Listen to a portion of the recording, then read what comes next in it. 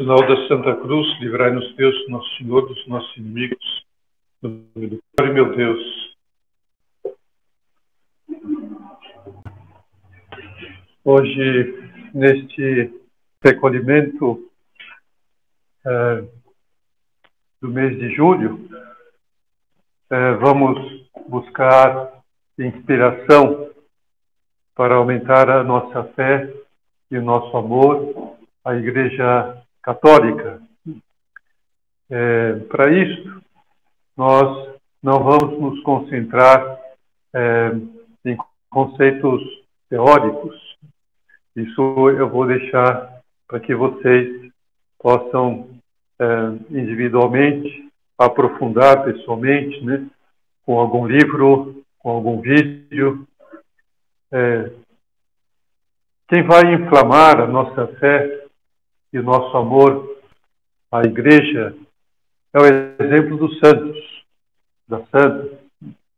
Esses nossos irmãos, essas nossas irmãs, homens e mulheres, dos quais tanto admiramos, porque eles viveram, nos transmitiram uma fé e um amor extraordinários à Igreja.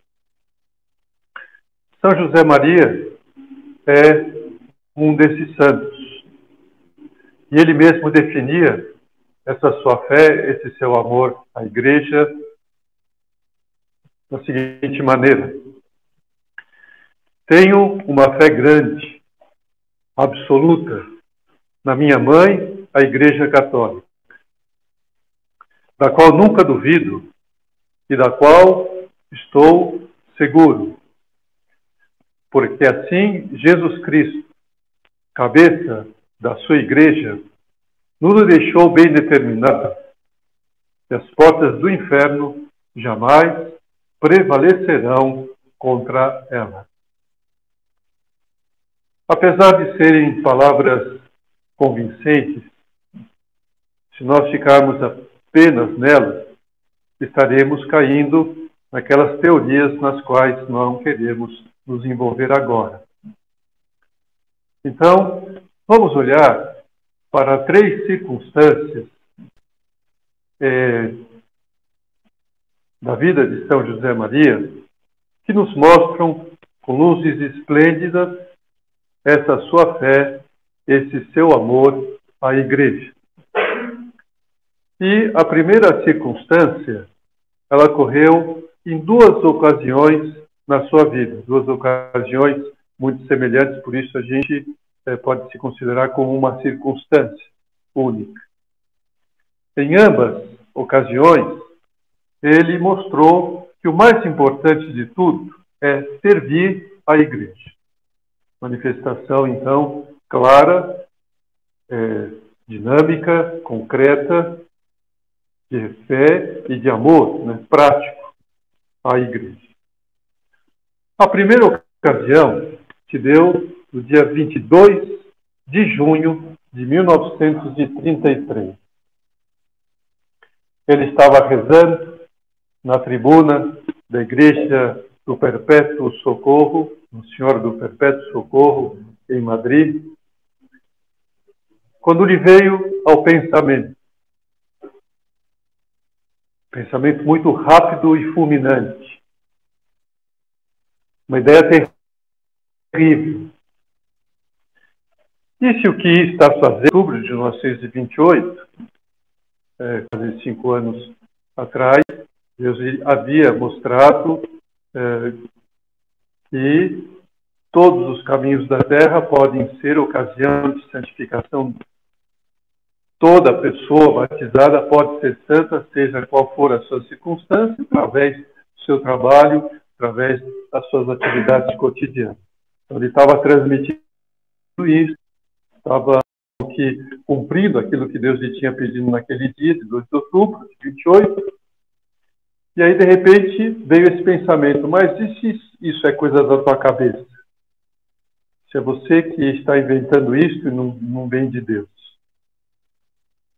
E a reação imediata que ele teve, depois de ter tido esse pensamento, naquela sua oração, foi esse: Senhor, se não é tua, destrói-a.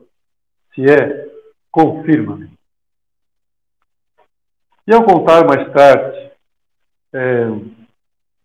este acontecimento, logo após ele ter feito este oferecimento, esse abandono, ele sentiu com maior segurança ainda que a obra não era um querer humano, não era seu, não era uma invenção sua, mas um mandato de Deus.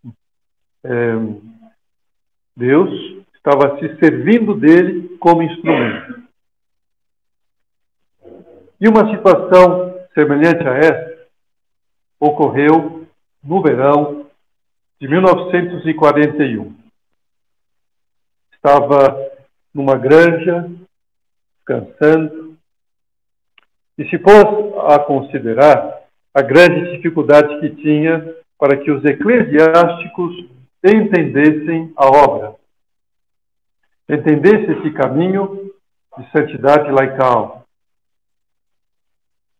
Porque a mentalidade que se tinha, compreensiva, é de que santidade só podia ser vivida pelos religiosos, pelas religiosas, quando muito pelos sacerdotes.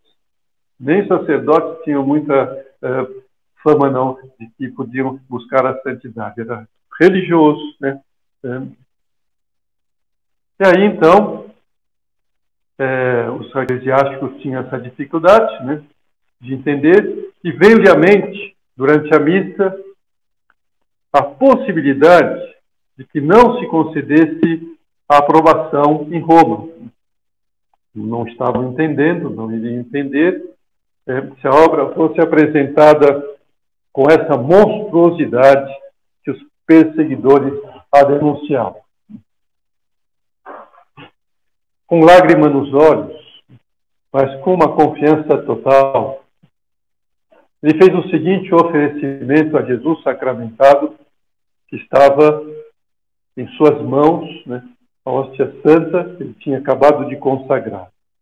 Senhor, se tu assim o quiseres, aceito a injustiça. Em seguida, como já tinha lhe acontecido em 1933, de acordo com o relato que eu lhes fiz, experimentou a força da esperança e a plena certeza de que o Opus Dei iria para frente. E hoje nós temos confirmado isso, estamos aqui, não é? Depois de tanto tempo daquele acontecimento. Porque percebeu, Deus lhe fez perceber mais uma vez, que tudo aquilo era dele, era divino. Após 10 anos desse acontecimento, conversando com um grupo de jovens, ele então dizia: se o Opus Dei não fosse para Deus, para servir à igreja, seria melhor que se dissolvesse. E acrescentou: eu não o queria para nada. Então vamos percebendo como são manifestações na vida de São José Maria, o seu amor, a sua fé na igreja, que a obra é uma instituição da igreja e ela existe para servir a igreja, e se não fosse para isso, São José Maria não a queria, não a desenvolveria. E assim, ele demonstra a sua mais completa adesão à Igreja Católica, decidido a arriscar tudo para servi-la, para doar-se completamente, para dar tudo o que ele podia dar de si para que a Igreja se desenvolvesse, a função da Igreja, que é a salvação das almas, né? A missão da Igreja. Com a graça de Deus, são suas palavras, estou disposto a dar a minha vida pela Igreja e pelo Papa. Com a graça de Deus, porque eu sozinho não sou capaz de nada. Outro episódio que também nos demonstra a grande fé de São José Maria, a Igreja, deu-se na primeira noite que ele passou em Roma, em 1946. Ele tinha, então, ido à Cidade Eterna para poder realizar os trâmites jurídicos para que a obra fosse aprovada como instituição universal e pudesse, então, se espalhar por todo o mundo. Então, ele viu que a solução, o meio, seria ir para Roma, morar em Roma. E ele se hospedou, tá, um apartamento onde estavam os primeiros membros da obra, lá em Roma, pertinho da Praça de São Pedro, na Praça Città Leonina, aliás, no mesmo prédio onde morava o cardeal Ratzinger. Depois foi eleito Papa, então foi morar, né, nos aposentos papais, né, do Vaticano. O primeiro dia depois do conclave, quando ele foi eleito, ele voltou para a Città Leonina, seu apartamento, pegar algumas coisas, livros que ele tinha deixado lá, porque não imaginava que ia ser eleito Papa, né? Ele não levou todo o material. Ele foi lá, naquele mesmo prédio onde São José Maria tinha, então, se instalado, hospedado, naquele 1946. Né? E do terraço do apartamento onde ele estava, ele podia visualizar os aposentos do Papa. Nós podemos, quando estamos na Praça de São Pedro, a gente sabe qual é a janela dos aposentos do Papa, onde ele costuma sair para dar a benção, para rezar o ângelus no domingo. E aí, então, ele se ajoelhou no terraço, depois do jantar, começou a rezar pelo Papa, vendo a luz apagada, a luz acesa ainda, depois a luz se apagou, o Papa estava então se recolhendo, mas São José Maria continuou rezando aquela noite, toda a madrugada, de joelhos pelo Papa. Apesar de ter chegado de uma viagem cansativa de Madrid, teve que ter Barcelona, pegar navio, depois carro, numa estrada, aquelas estradas europeias depois da guerra, né, 1946. Então, tinha a guerra recém-terminada, né, e então ele mostrou, né, esse seu amor, essa sua fé à Igreja, ao Papa. E, por fim, lhes conto um último episódio. Quando São José Maria ia à Praça de São Pedro, ele ficava olhando para a Basílica de frente e citava o credo como tinha lhe ensinado a sua mãe.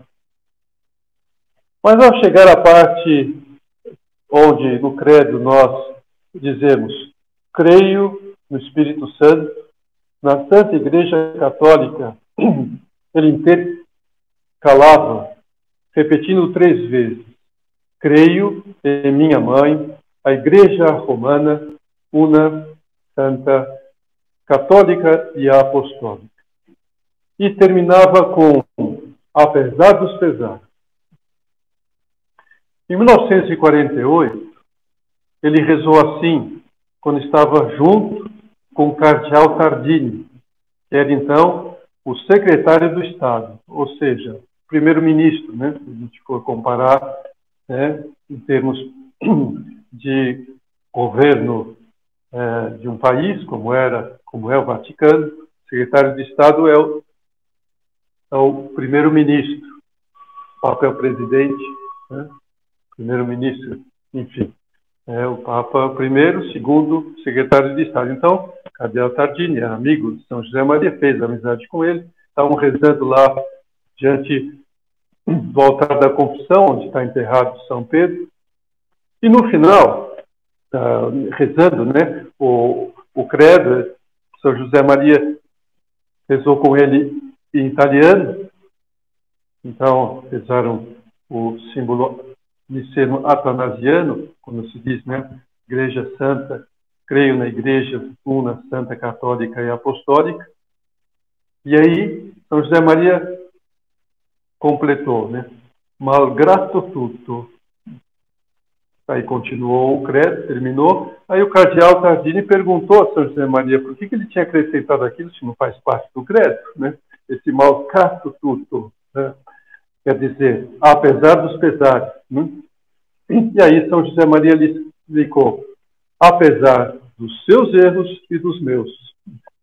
Então, eu creio, né, que a Igreja é una, santa, católica, apostólica, apesar dos erros do Papa, dos erros dos cardeais, dos bispos, dos padres, dos diáconos, das pessoas, dos jovens, de todo mundo, né, que faz parte da Igreja. Não importa, né? Creio na Igreja. Então, era a atitude de quem sabia, né, que os povos e os heróis estão cheios de erros pessoais. Também a Igreja, porque é feita de pessoas humanas. Né? No entanto, as pessoas que são de fato patriotas, elas não deixam de amar a sua pátria, apesar das falhas dos governantes, dos políticos, do STF, né? do parlamento, do executivo. Não. Continuam a amar, né, o seu país. Apesar, né, dos partidos, apesar do que for que possa acontecer, amam, porque são patriotas. Ninguém despreza a sua mãe porque tem um mal-estar físico ou mau gênio. Não, é minha mãe. Eu amo. Eu creio que é minha mãe. A Igreja, por estar instituída por Cristo e vivificada pelo Espírito Santo, ela é perfeita e sem mancha. Ainda que, evidentemente, ela tenha um mecanismo humano, terreno, que, como qualquer mecanismo humano, às vezes apresenta defeitos e funciona de uma maneira desagradável, chiando, né? Algum problema está, alguma parafuso está solto, então aquele barulhinho, né? Então alguma coisa, mas é a estrutura vivificada pelo Espírito Santo, fundada por Jesus Cristo. De maneira que, antes de pensarmos ou julgarmos qualquer coisa da Igreja, pensemos que desde os tempos apostólicos, bilhões e bilhões de almas recitaram, ao longo de todo este tempo, creio na Igreja una, santa, católica e apostólica. E dizem com a mesma fé com que creem na Trindade, porque no mesmo credo nós dizemos, né? Então é uma unidade. Eu creio, né? Começamos com creio. Creio no quê? Creio em Jesus Cristo, creio no Pai, creio no Espírito Santo e creio na Igreja. É a mesma crença. Então, nós não podemos separar, forma uma unidade. Nossa crença na Santíssima Trindade, nossa crença em Jesus Cristo na Eucaristia, nossa crença nos sacramentos, nossa crença em tudo aquilo que a Igreja forma, porque foi instituída e criada por Jesus Cristo e edificada pelo Espírito Santo, é a Igreja. Ainda sobre os santos, olhemos para a conversão de São Paulo. Ele perseguia a Igreja. Aquela Igreja nascente, ainda incipiente, porque pensava, de acordo com a sua mentalidade, com a sua formação farisaica, que aqueles judeus, aquelas judias que estavam se convertendo ao catolicismo, ao cristianismo, eram pessoas hereges. Eram hereges. Estavam indo contra Moisés, contra tudo aquilo que formava a religião judaica. Era uma seita. Aquilo era uma aberração. Era um perigo que estava se espalhando. Então ele fala, eu preciso estancar esse perigo, esse mal. Eu preciso eliminar, prender essas pessoas. Eu preciso fazer com que elas vejam que estão fazendo muito mal. E aí aconteceu aquilo, quando ele foi a Damasco para prender os judeus e as judias que tinham feito cristãs. Jesus aí apareceu no caminho e lhe disse, Saulo, Saulo, por que me persegue? Por que me persegue? E aí então, Saulo, que naquele momento então começa a ser Paulo, entende que o que ele está perseguindo não eram os cristãos, era Cristo. E que Cristo e os cristãos são uma só coisa, é a igreja. Cristo é a cabeça, e todo batizado é membro desse corpo onde a cabeça é Cristo. E por isso ele escreve, quando escreve aos Coríntios, ele explica isso.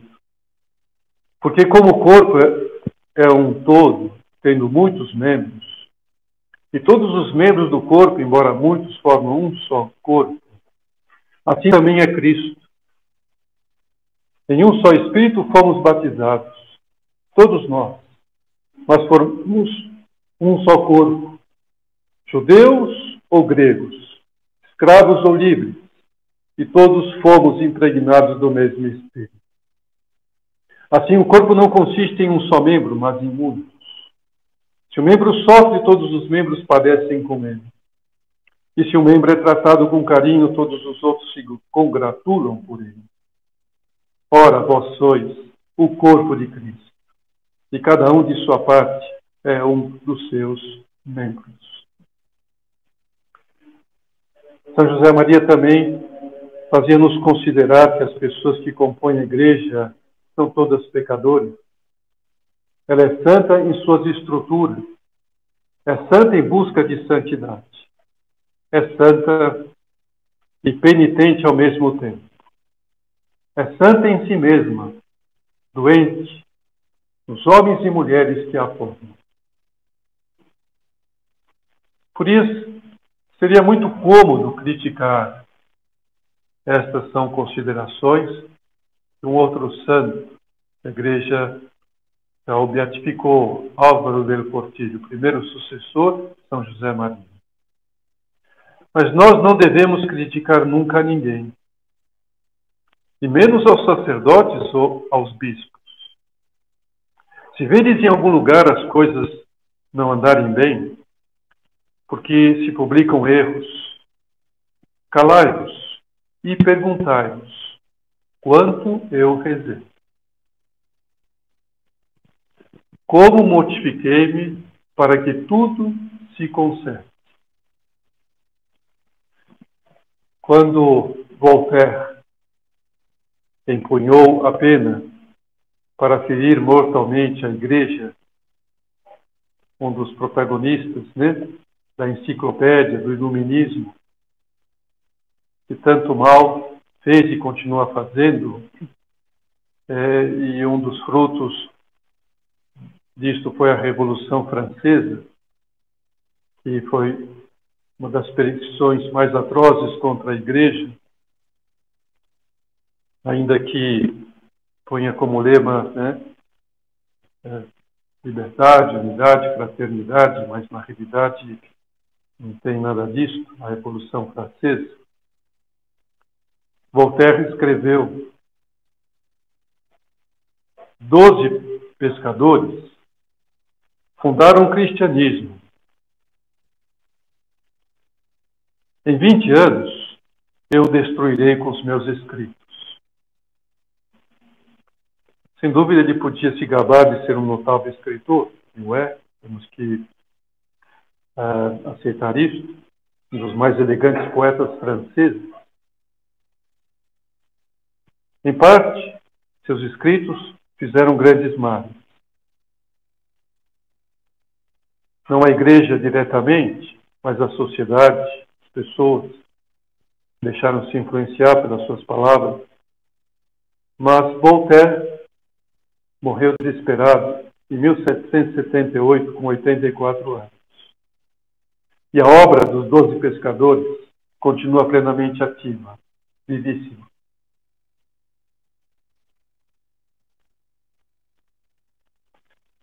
Mas o grande argumento que nós temos foi a de Cristo edificou a igreja. Edificou sobre o alicerce dos apóstolos. Alicerces, enfim, frágeis, humanos. Mas quem edificou foi Cristo. E deu àqueles 12 apóstolos a missão de continuar a sua missão. Como o Pai me enviou, assim eu vos envio. A todas as nações. Eis que eu estou convosco todos os dias, até o final do mundo. Nisso se apoia a nossa fé e nosso amor à igreja. Essa verdade, essa certeza. De maneira que é pela igreja que Cristo age plenamente. Quem atua na igreja é Cristo, através do Espírito Santo. Quem a vós me ouve, é a mim que me ouve. Jesus age, sobretudo, através dos sacramentos.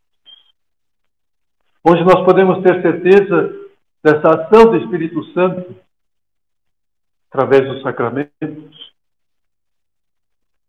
O mais essencial na igreja são os sacramentos, onde nós recebemos a graça para poder buscar essa santidade que todos nós podemos almejar, sobretudo na Eucaristia. Nesses tempos de pandemia, em que, enfim, a Eucaristia foi impedida de ser recebida por muitos, logicamente, por causa da situação, mas agora, pouco a pouco, vai se voltando à normalidade. Poder, então, voltar a receber a Eucaristia, né? Então, já deste recolhimento, já semipresencial, vamos dizer assim, já um pouco mais podemos ir estando mais próximo, todos, de Jesus Cristo na Eucaristia, na adoração a Jesus sacramentado no sacrário, na recepção da comunhão. No Japão, o sacerdote será geralmente baixinho, magro e de pele amarela. Na Índia, vai mostrar aquele sorriso numa face trigueira. Na África, o seu rosto negro estará coroado por um tufo de cabelo pichain. Mas a missa será em qualquer lugar a mesma. É Cristo.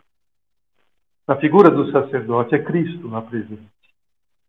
Cristo, o sacerdote que atua em persona Christi. A igreja poderá ser uma grande catedral, como será a nova catedral de Belo Horizonte, a nova catedral de Niterói. Pode ser uma pobre, mas digna cabana, construída com bambu e folhas de palmeira. Como eram as primeiras igrejas dos índios brasileiros. Os jesuítas, franciscanos, edificaram. Porém, essas diferenças têm pouca importância. Porque o que não pode mudar é que em cada missa está se renovando o sacrifício do corpo e do sangue de Jesus Cristo. E na hora de receber a comunhão, seja o chão da igreja de barro ou de pedra, não importa. Como também não importa que os dedos que coloquem a hóstia consagrada na boca sejam castanhos, amarelos, negros ou brancos. Todos somos um. Todos formamos um só corpo em Cristo. E precisamente a comunhão é que nos mostra isso de uma maneira mais extraordinária, porque todos comungam o mesmo corpo de Cristo. E formam com Ele este corpo. E unem-se a Ele, todos juntos. Como será definitivamente, de uma maneira mais extraordinária, do banquete celestial, em que comeremos com Cristo, a Ele mesmo. O banquete celestial será o próprio Cristo, o próprio Deus. O que importa é que na hóstia está o mesmo Senhor sacramentado. E isso é o que nos une na única igreja de Cristo, a Eucaristia. Enfim, tenhamos fé na igreja e amemos como os santos, como a santa.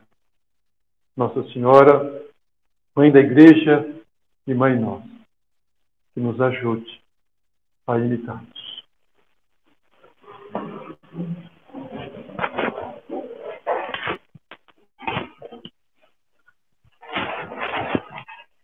Dou-te graças, meu Deus, pelos bons propósitos, afetos e inspirações que me comunicaste nesta meditação. Peço-te ajuda para os pôr em prática. Minha Mãe Imaculada, São José, meu Pai e Senhor, meu anjo da guarda, intercedei por mim. Exame, ato de presença de Deus. Sei ver a Igreja com olhos de fé, tal como Deus a vê, como instrumento da presença misteriosa, mas real, de Cristo e da sua Redentora no mundo.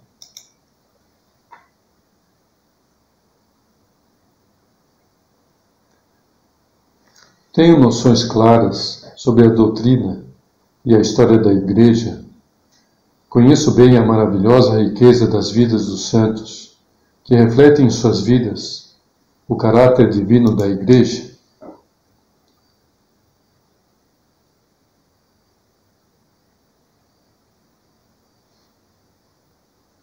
Compreendo que a verdade cristã não é uma posição ou uma opinião subjetiva, que cada qual fabrica conforme seu parecer, mas uma verdade objetiva, revelada por Cristo e conservada em sua autêntica pureza pela Igreja.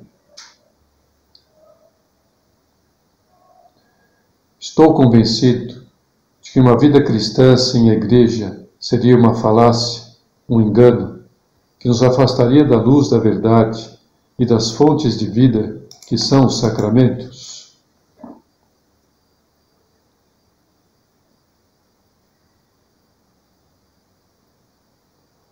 Compreendo que eu também sou Igreja, sou membro vivo da Igreja, do corpo místico de Cristo, e tenho por isso a responsabilidade pelos que são membros desse mesmo corpo.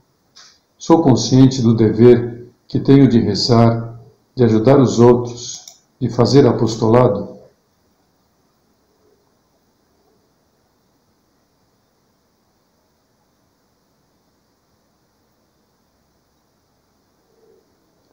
Quando digo creio na Igreja, faço com fé na presença e na ação de Cristo na sua Igreja, convencido de que é através dela que, com a graça do Espírito Santo, Ele nos guia, ensina e santifica.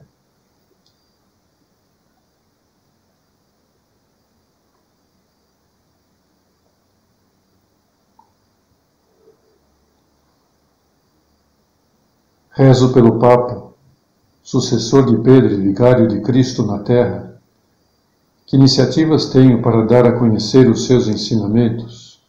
Defendo, serena e inteligentemente, quando critico e procuro desagravar.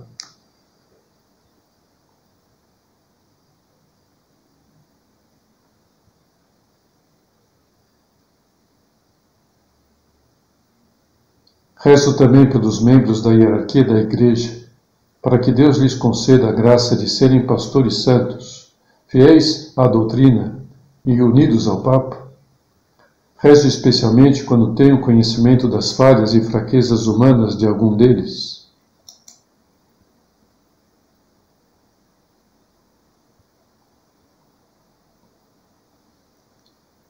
Procuro que meu lar, como o dos primeiros cristãos, seja uma igreja doméstica, caracterizada pelo amor a Cristo, o amor à Igreja e ao Papa, e as virtudes e as devoções cristãs?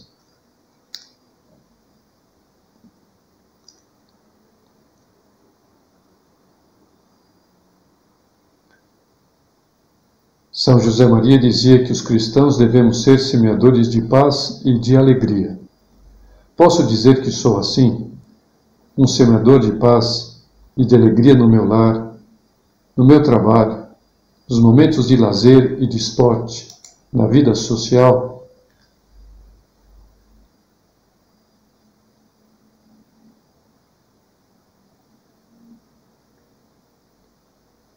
Penso em propósitos concretos com que possa ajudar a difundir alegria, otimismo e bom humor entre os outros.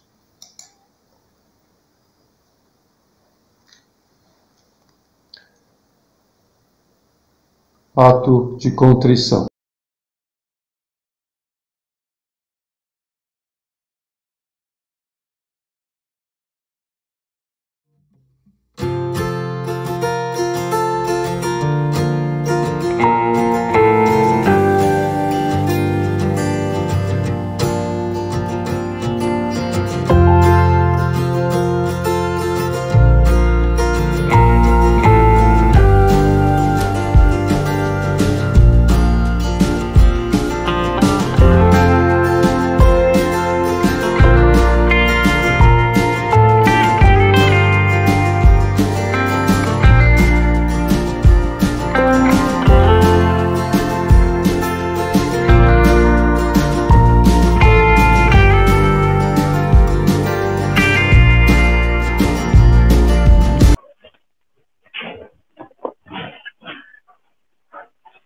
Pelo sinal da Santa Cruz, livrai-nos Deus, nosso Senhor, dos nossos inimigos, em nome do Pai, do Filho e do Espírito Santo. Amém. Meu Senhor e meu Deus, creio firmemente que estás aqui, que me vês, que me ouves. Adoro-te com profunda reverência. Peço-te perdão dos meus pecados e graça para fazer com fruto este tempo de oração. Minha Mãe Imaculada, São José, meu Pai e Senhor, meu anjo da guarda, intercedei por mim.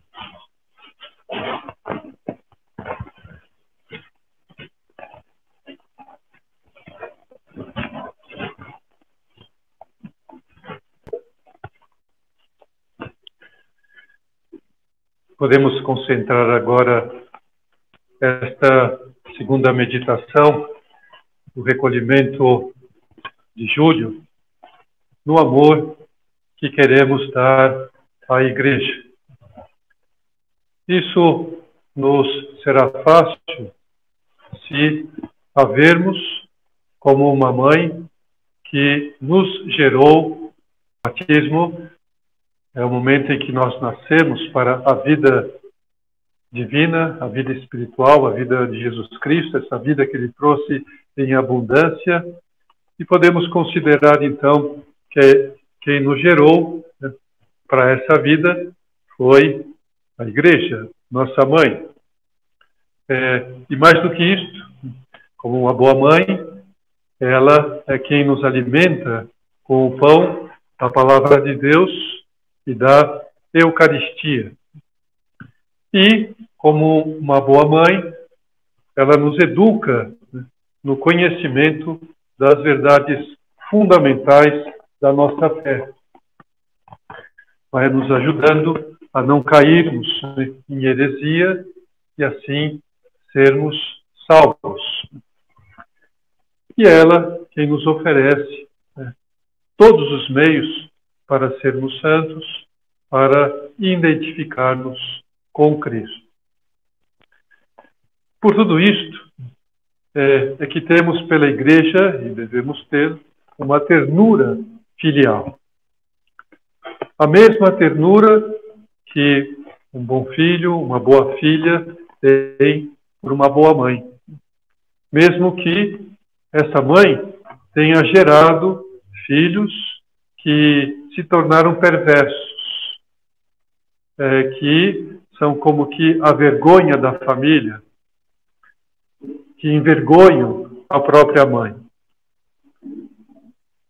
As falhas passadas e presentes da igreja, dos filhos da igreja, melhor dizendo, não destrói o carinho filial que nós temos a ela. Porque o batismo não coloca ninguém no céu imediatamente. Por isso, Jesus comparou a igreja a uma rede de arrastão. E na rede de arrastão,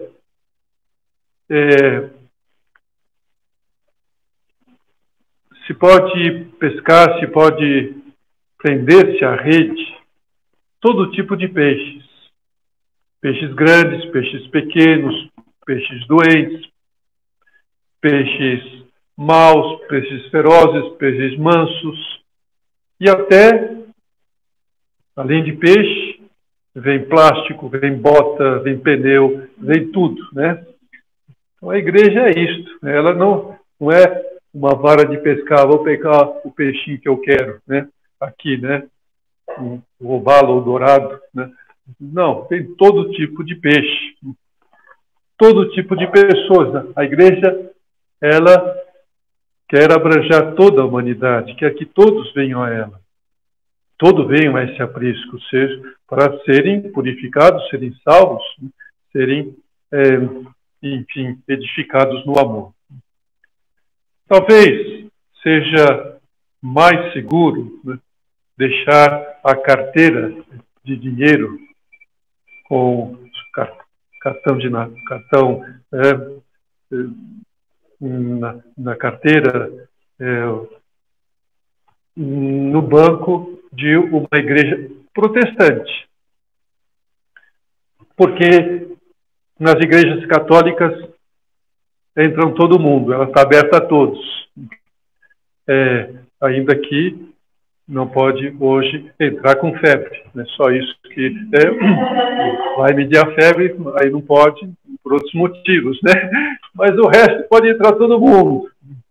Então, também entra ladrão, que queiram se converter, como bom ladrão, né?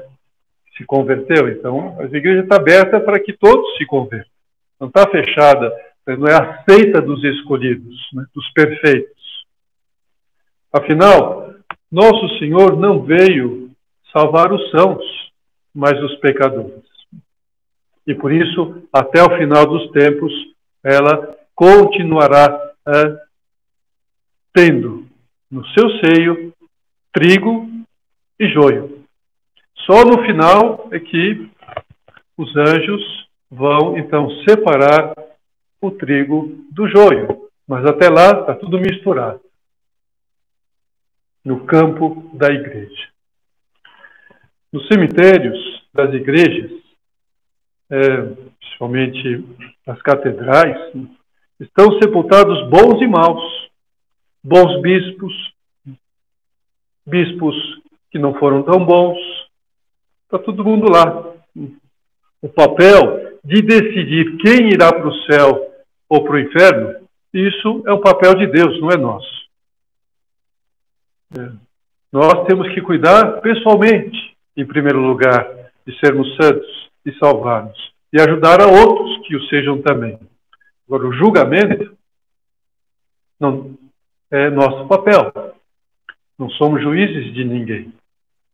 Nem mesmo o Papa o é, e ele tem demonstrado, o Papa Francisco, isso precisamente, né? E muita gente o critica por isso, porque ele não quer julgar ninguém, e não julga, e não deve julgar o comportamento de ninguém. Ele é o Papa e a igreja tem que ser isso aberta a todos. Isso é o que nos faz ter um amor à igreja. Pode ser uma mãe que, enfim, às vezes pode ser um pouco complacente demais com aqueles que estão no erro, mas são seus filhos. E a mãe é assim. Ela, às vezes, não é muito justa, não. Porque tem um coração misericordioso, né? E acolhe, né, a todos. A mãe, às vezes, o papel mais de julgar é o pai, né? O pai que julga a mãe, né? Por isso, muitas vezes, o pai fica mal diante dos filhos e a mãe é a queridinha, né? Mas, enfim, isso é a natureza própria da mãe e do pai. Mas assim acontece também com a igreja, né? Nós amamos a igreja não por causa do Papa, seja ele quem for, ainda que nós temos, nestes momentos da história, né, desde a metade do século XIX, pelo menos, né, pelos meus conhecimentos históricos, todos os papas, desde então, são santos. Todos. A gente vai ver um por um, são santos. Alguns já estão até canonizados, outros do século XX, João Paulo II, João XXIII, Paulo VI, né? E João Paulo I vai ser canonizado. Aqueles que estão vivos não vão falar nada porque não morreram ainda, né? Mas os outros, né? São Pio X, todos, né? Santíssimos. E, voltando para trás, há muitos outros santos, papas. Mesmo em épocas de infidelidades e pecados de muitos dos seus filhos, houve muitos filhos da igreja santos e santos. Há esse contraste, né? Porque assim é a igreja. Quando se fala da igreja da Idade Média, sempre se pensa na famigerada filha do Papa Borgia, a Lucrécia Borgia, ficou estigmada, né? Aquela fama de mundana, incestuosa, envenenadora de maridos. Na verdade, ela foi mais vítima da promiscuidade palestiana do que das suas decisões. Acabou morrendo arrependida e como membro da Ordem Terceira Franciscana. Isso ninguém fala. Mas muitos se esquecem de que seu sobrinho, neto, foi São Francisco de Borgia. Portanto, também é um bisneto do Papa Borgia. Segundo sucessor de Santo Inácio de Loyola, fundador dos jesuítas. E conta-se que, certa vez, lhe deram um absinto para beber, uma bebida conhecida como remédio para todas as doenças, mas era um remédio intragável. No entanto, ele tomava como se fosse um saboroso líquido. Isso é santidade. Jesus sabia que haveria divisões e intrigas na igreja. E por isso ele precisamente, lá naquela última cena, aquela oração que ele fez ao Pai, sabendo disso, ele implorou ao Pai: Pai, conserve-os na unidade, que eles sejam um, como nós somos um, que eles estejam unidos. Já pedia para aqueles apóstolos que estavam ali, e a gente sabe que mesmo eles tiveram intrigas, né? São Paulo com São Pedro, né? Ainda que eles superaram elegantemente. Mas é assim. Então, por isso, né, ele implorou que houvesse essa unidade. E nós vemos, né? E a mídia, ela se extasia, né, em falar, né, dos problemas que falta de unidade na igreja e publica, né, como se fosse, olha, está vendo? Essa é a igreja. Para que essa unidade seja mantida, a igreja também quer exercer a sua autoridade materna. Às vezes tem que repreender. Uma mãe tem que repreender, uma boa mãe. Isso o fez ao longo da história. Uns aceitaram mal a repreensão da igreja e por isso saíram dela.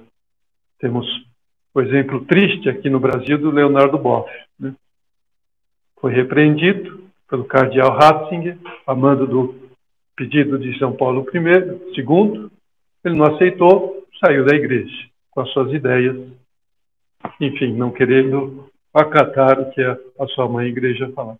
Outros acataram com humildade. Por exemplo, Santa Teresa de Ávila. Ela também foi condenada pela Inquisição. Seus livros foram condenados. ou pelo menos se estudou e se pensou que eram heréticos. Depois ela foi redimida, depois se viu que não era nada disso, mas ela aceitou. Ela aceitou aquilo que a igreja, que eram julgamentos humanos ainda.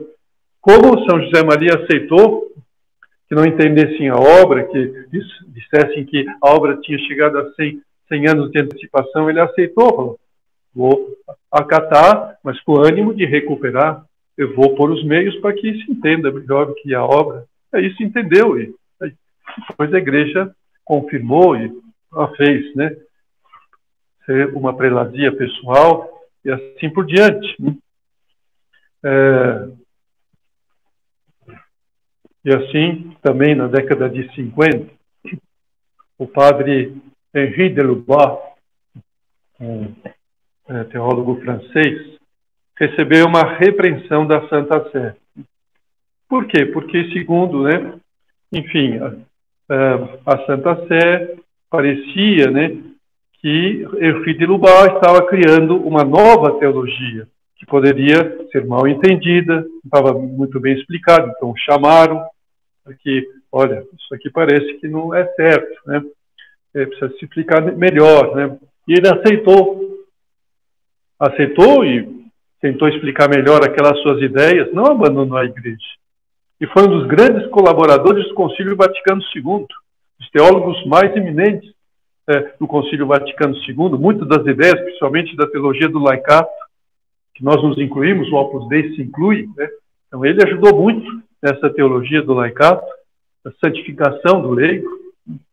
Por isso João Paulo II premiou sua grandeza de alma, né? E sua inteligência, sua humildade, né? Seu amor à igreja, e o fez cardeal no final da sua vida. Morreu como cardeal, morreu em 1991, na igreja como filho fiel. Então, penso que vale a pena escutarmos um trecho de um artigo que ele escreveu um pouco antes de morrer. A igreja é minha mãe. Sim, a igreja toda. A das gerações passadas, que me transmitiram a sua vida, os seus ensinamentos, os seus exemplos, os seus costumes, o seu amor, e a de hoje. A igreja toda, não somente a igreja oficial ou a igreja docente, mas mais amplamente a igreja que se perpetua mesmo nas épocas de decadência, que se dedica, que se santifica. Nessa comunidade encontro o meu sustento, minha força, minha alegria. Essa é a minha igreja. Foi assim que comecei a conhecê-la nos joelhos de minha mãe natural. E foi assim que, em cada etapa da minha peregrinação, aprendi a melhor conhecê-la como mãe, o mais infantil dos apelativos. Amemos a igreja, portanto, porque ela é nossa mãe, é nossa mãezinha, que nos acolhe, que nos consola, que nos ajuda. Uma mãe santa, santíssima. E uma forma de nós demonstrarmos o nosso amor a ela é não tolerando que a insultem, que não a critiquem, que não a maltratem. Não tolerando. Nem que se atribua a ela defeitos que ela não tenha. Se nós não conseguimos descobrir o rosto formoso da igreja, então limpemos os nossos olhos. Ou seja, sejamos nós mais santos. Nos purifiquemos a nós mesmos. Sejamos menos pecadores. E a igreja então será mais formosa. Porque nós somos membros da igreja, somos uma célula, um membro. E se nós, membros da igreja, estamos purificados, então a igreja será mais santa, mais purificada e mais limpa. Quem deve pedir perdão das suas culpas somos nós e não a igreja. Nós formamos a igreja. Se a igreja não se apresenta mais formosa, é por causa dos nossos pecados. E foi nesse sentido que o Papa São João Paulo II quis pedir perdão ao mundo pela igreja, de todas as atrocidades que se fizeram, não contra a sociedade, mas contra a própria igreja. A própria igreja, que, por exemplo, queimou Santa Joana d'Arc, uma sua filha, injustamente. Então, por todos esses erros da igreja que foram cometidos pelas pessoas, não a igreja de Jesus Cristo, essa do Espírito Santo, pessoas que atuaram mal, com ganância, com ideias torcidas. Então, isto, pecado das pessoas. Por isso que São João Paulo II pediu perdão à sociedade, dos pecados cometidos pelos membros da igreja ao longo de todos os tempos. E por falar do Papa São João Paulo II, uma das melhores formas que nós temos de amar a igreja é amando o Papa.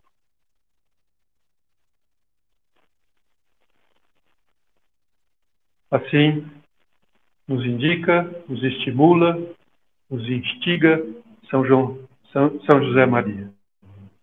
O nosso maior amor, a nossa maior estima, a nossa mais profunda veneração, a nossa obediência mais rendida, o nosso maior afeto há de ser para o vice-Deus na terra, para o Papa. Pensai sempre que, depois de Deus e de Nossa Mãe, a Virgem Santíssima, na hierarquia do amor e da autoridade, vem o Papa. Por isso, muitas vezes digo, obrigado, meu Deus, pelo amor ao Papa que puseste em meu coração. Há muitas atitudes, São José Maria, que demonstram esse seu amor ao Papa. 3 dias após seu falecimento, no dia 26 de junho de 1975, o beato Álvaro del Portillo escreveu uma carta contando um pouco aqueles últimos acontecimentos, como tinha falecido, fundador do Opus Dei. E nessa carta ele afirma que já havia muitos anos que, com uma progressiva intensidade, Beato Álvaro tinha autoridade para falar tudo isto, porque ele conviveu com ele durante mais de 40 anos. E então percebia, né, principalmente nos últimos anos da sua vida, como São José Maria ia apresentando progressiva e intensamente, diz Beato Álvaro, oferecendo ao Senhor a sua vida e 1000 vidas que tivesse, pela Igreja Santa e pelo Papa. Fosse quem fosse. Fosse quem fosse. Particularmente, essa era a intenção diária da sua missa. Oferecer a sua vida pelo Papa. Em seguida, o Beato Álvaro conta que na mesma manhã do dia 26 de junho, dia do seu falecimento, antes de sair da sua casa em Vila Tevere, para fazer uma visita às suas filhas, que moravam no centro de Roma, Colégio Romano Santa Maria, onde se reúnem várias numerárias que vão estudar em Roma, filosofia, teologia, vão receber uma formação mais intensa perto do Papa, perto do padre, do prelado.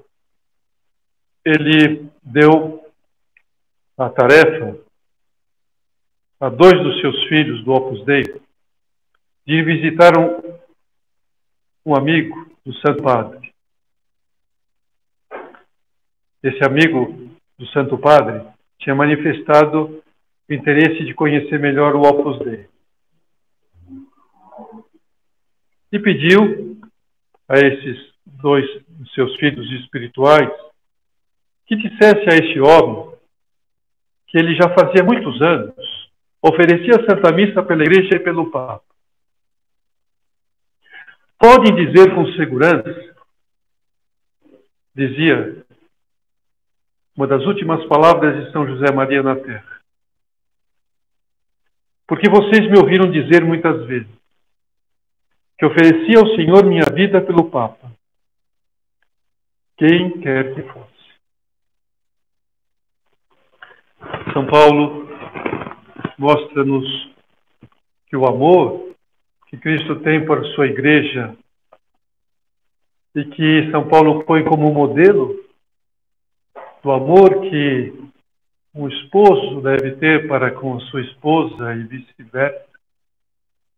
Esse amor que Jesus Cristo deu por nós, oferecendo tudo, absolutamente tudo por nós.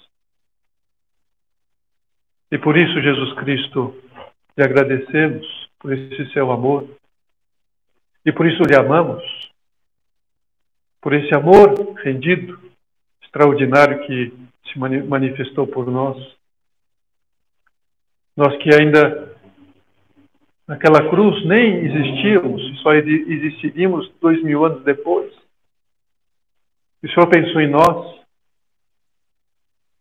e doou todo o seu sangue por cada um de nós.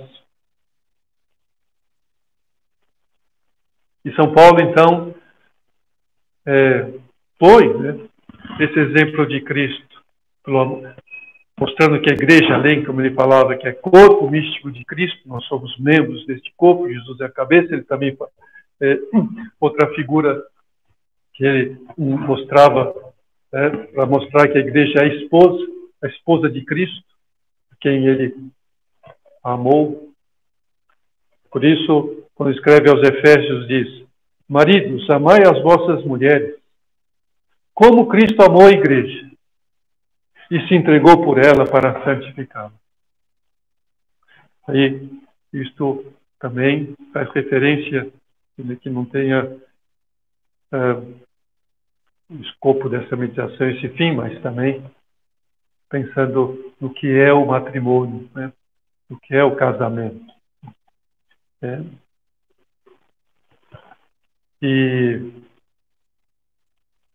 depois, então, ele ainda, na carta aos Efésios, diz-nos: maridos, amai as vossas mulheres.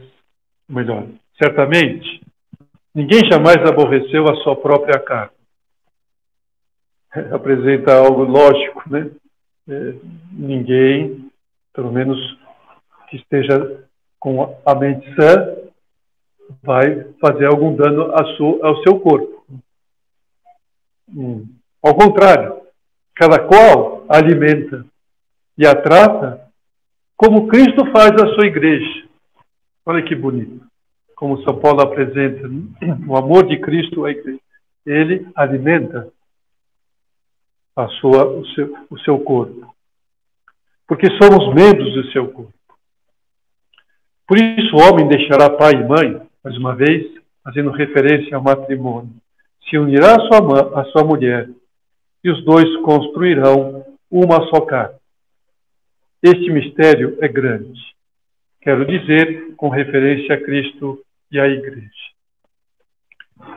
De modo que seja este momento em que fazemos de oração, de reflexão sobre o nosso amor à Igreja, nosso amor ao Papa, se manifeste de fato em atitudes concretas e claras, como nós fomos vendo, não permitindo que ninguém a injurie, que ninguém fale mal. Evidentemente, isso não permitir, né, a retórica, A gente não tem poder de impedir que os outros façam aquilo que quiserem, mas, de alguma maneira, nós podemos, através das redes sociais, das conversas, no apostolado, na educação dos filhos, cuidar, né, para que a igreja não seja vilipendiada, não seja mal falada em escritos, em palavras, em vídeos, ou defender, ou fazer um comentário, uma explicação, uma coisa que foi mal entendida.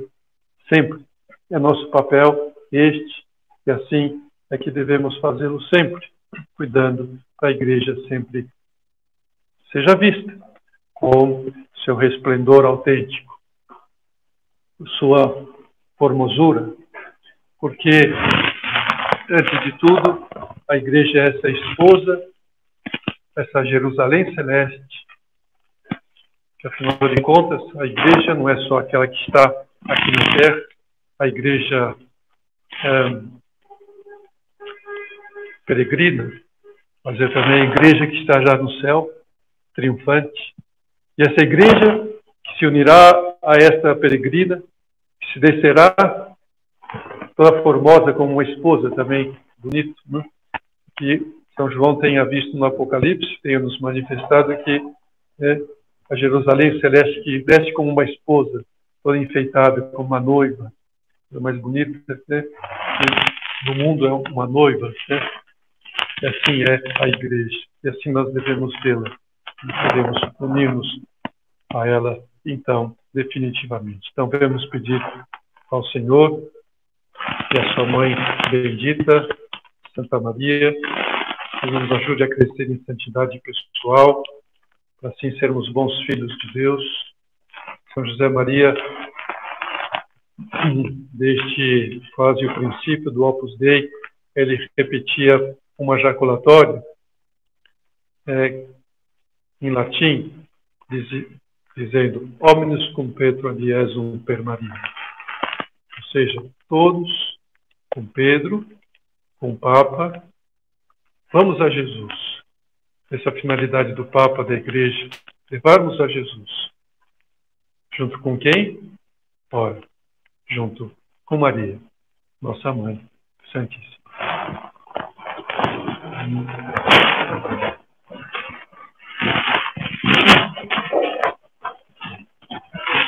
Dou-te graças, meu Deus, pelos bons propósitos, afetos e inspirações que me comunicaste nesta meditação. Peço-te ajuda para os pôr em prática. Minha Mãe Imaculada, São José, meu Pai e Senhor, o anjo da guarda, intercedei por mim.